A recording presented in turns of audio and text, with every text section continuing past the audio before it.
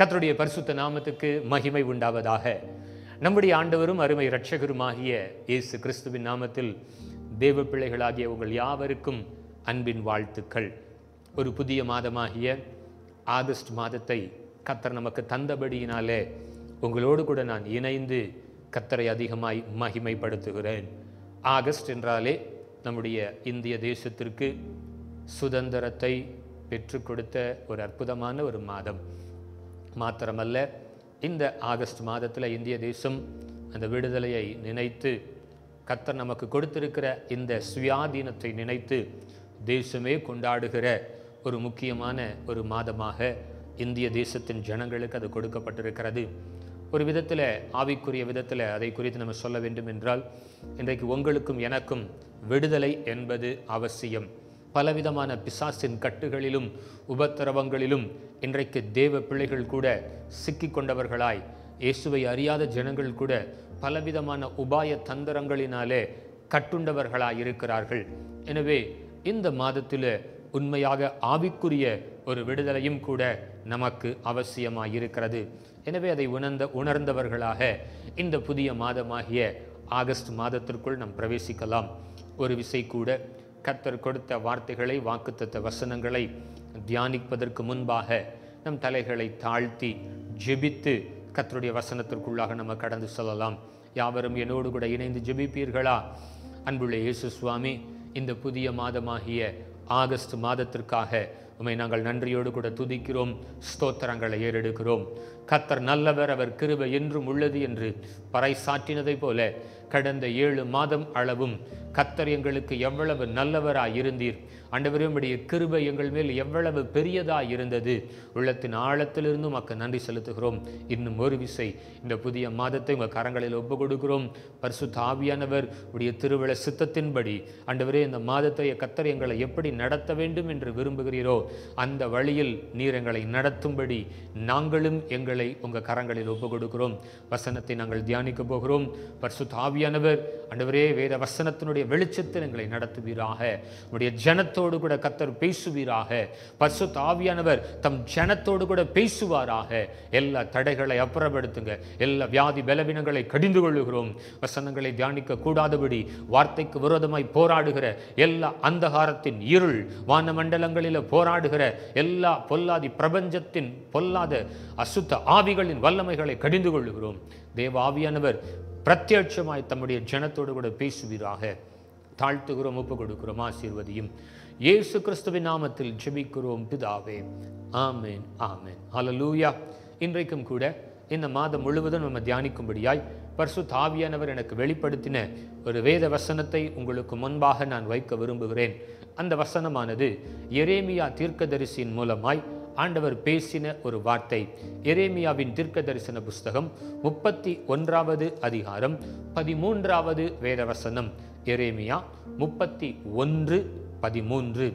அப்பொழுது கன்னிகைகளும் வாலிபரும் முதியோரும் கூட ஆனந்த களிப்பாய் மகிழுவார்கள்.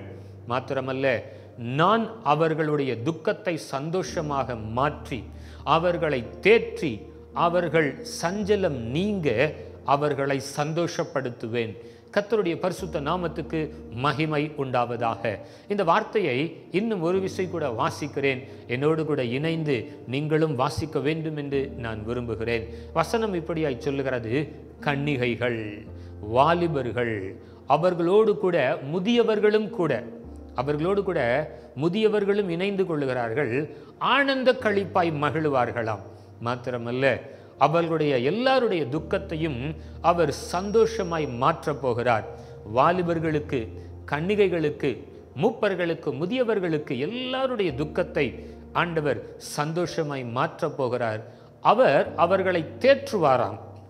அல்லேலூயா. மாத்திரமல்ல, அவர்களுடைய சஞ்சலம் நீங்க அவர்களை சந்தோஷப்படுத்துவேன். இந்த வார்த்தைகளை சற்று நான் யோசித்து பார்த்தேன்.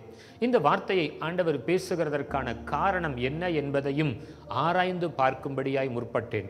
இந்த உலகத்தில் பலவிதமான உபத்திரவங்களிலே சிக்கி தவிக்கிறவர்கள் அவர்களுடைய சந்தோஷத்தை இழந்து, ஆறுதலை இழந்து, யார் எங்களுக்கு அந்த சந்தோஷத்தை தர முடியும், யார் எங்களுக்கு ஆறுதலை தர முடியும், யார் இந்த காரியத்திலிருந்து எங்களுக்கு ஒரு விடுதலையை தர முடியும் என்று இன்றைக்கு அநேகர், ஒரு சிலர் என்று ஆவிக்குரிய விதத்தில் தேவ பிள்ளைகளுக்கு மாத்திரம் இதை சொல்லலை, அநேகர் தேவ பிள்ளைகளும் கூட அநேகர் ஆறுதலற்றவர்களாய், சந்தோஷம் இல்லாதபடி புலம்பலில் மத்தியில், உபத்திரவங்களின் மத்தியில் இருக்கிறதாய் காணப்படுகிறது.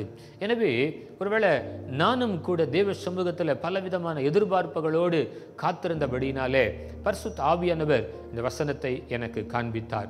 இதன் மூலமாய் இன்றைக்கு நம்ம அறிந்து கொள்ள போவது என்ன? எரேமியா 31வது அதிகாரத்திலிருந்து அநேக வார்த்தைகளை ஆண்டவர் வாக்குத்தத்தங்களாய் கொடுத்து கொண்டே வருகிறார். இது தீர்க்கதரிசியின் மூலமாய் கொடுக்கப்பட்டதல்ல.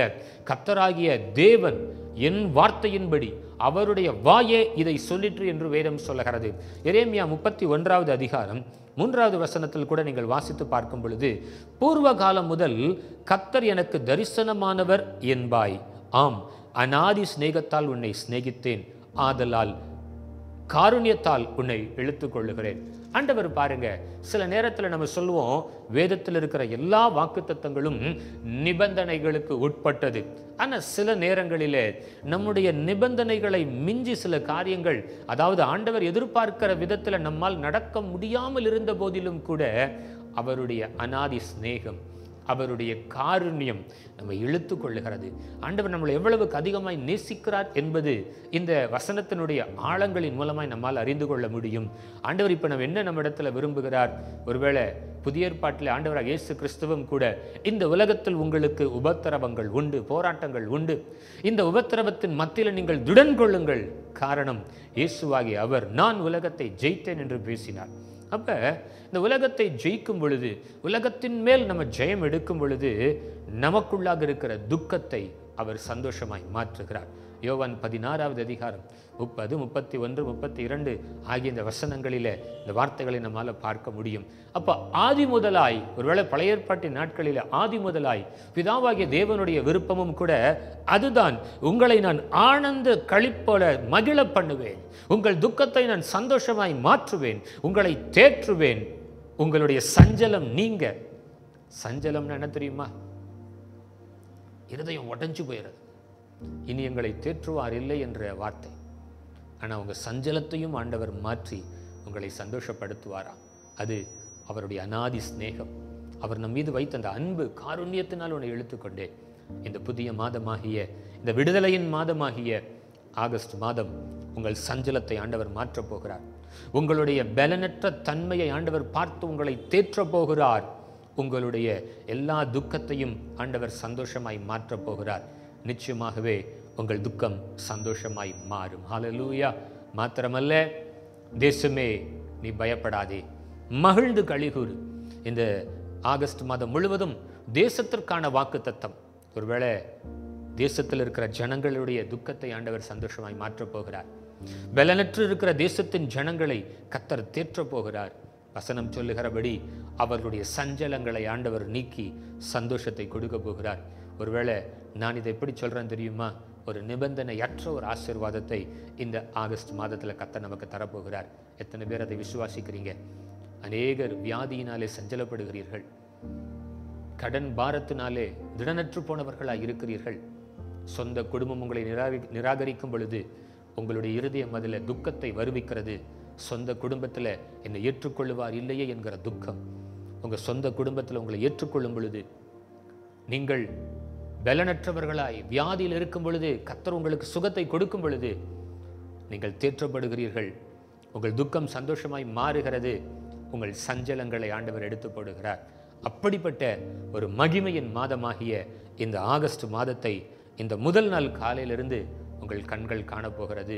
தேவன் தாமே இந்த வசனங்களின்படி, இந்த வசனத்தின்படி கர்த்தர் நம்மை ஆசீர்வதிப்பாராக. ஒரு விசை இதை நான் சுதந்திரிக்கிறேன், இந்த வசனத்தை நான் உரிமை பாராட்டுகிறேன், எனக்கு அவசியம் இதுதான் அப்படின்னு சொல்லி நீங்களும் ஆண்டவரிடத்தில் இந்த வசனத்துக்கு ஒப்பு கொடுங்க. கர்த்தர் உங்களுடைய துக்கத்தை மாற்றுவார், சஞ்சலங்களை மாற்றுவார். நீங்கள் திடனற்று போனவர்கள் என்பதை அவர் அறிந்திருக்கிறபடினால கர்த்தர் உங்களை தேற்றுவார் என்பதில் சந்தேகமில்லை. கண்களை மூடி ஜெபித்து தேவ சமூகத்தில் கர்த்தருடைய கரங்களை நம்ம ஒப்பு கொடுக்கலாமா? அன்புள்ள இயேசு சுவாமி, கிருபையாய் கொடுத்த இந்த 8வது மாதமாகிய ஒரு புதிய துவக்கத்தின் மாதமாகிய இந்த ஆகஸ்ட் மாதத்திற்காய் ஸ்தோத்திரம். கடந்த 7 மாதங்கள் அளவும் கண்ணின் கருவெளியை போல, இமையானது கண்ணின் கருவெளியை பாதுகாப்பதைப் போல, உன்னை தொடுகிறவன் என் கண்ணின் மணியை தொடுகிறான் என்கிற வார்த்தையின்படி கர்த்தர் எங்களை பாதுகாத்து நடத்தி வந்தீர். தகப்பன் தன் பிள்ளையை தூக்கி சுமக்கிறதைப் போல இந்த 7 மாதம் அளவும் எங்களை தூக்கி சுமந்தீர் ஆண்டவரே. உள்ளத்தின் ஆழத்தில் நமக்கு நன்றி செலுத்துகிறோம். இந்த 8வது மாதமாகிய ஆகஸ்ட் மாதத்தில் நீர் எங்களுக்கு கொடுத்த இந்த வார்த்தைக்காக, வாக்குத்தத்த வசனங்களுக்காய் ஸ்தோத்திரம். ஒருவேளை இந்த முதல் நாளிலே அநேகரை நீங்க தேற்றப் போகிறீங்க, துக்கத்தை சந்தோஷமாய் மாற்றப் போகிறீங்க, சஞ்சலங்களை நீக்க போகிறீங்கப்பா. ஒரு விசுவாச வசனத்தை வாசிக்கும் பொழுது அதற்கான பலன் எங்களுக்குள்ளாய் வரப்போவதற்காய் நன்றி. இந்த மாதம் முழுவதும் வசனங்களை நாங்கள் தியானிக்க ஆண்டவரே எங்கள் வாழ்க்கையில் ஒரு மாற்றம், மறுரூபம் உண்டாகட்டும். ஒரு விசை இந்திய தேசத்தினுடைய விடுதலைக்காய் ஸ்தோத்திரம். தேசத்திற்காக நீர் வைத்திருக்கிற ஆண்டவரே செயல் திட்டங்கள், வாக்குத்தத்தங்கள், சம்பவிக்க போகிற காரியங்கள் எல்லாவற்றும் உங்கள் கரத்தில் ஒப்பு கொடுக்கிறோம். இந்திய தேசத்தை நீர் ஆசீர்வதியும்.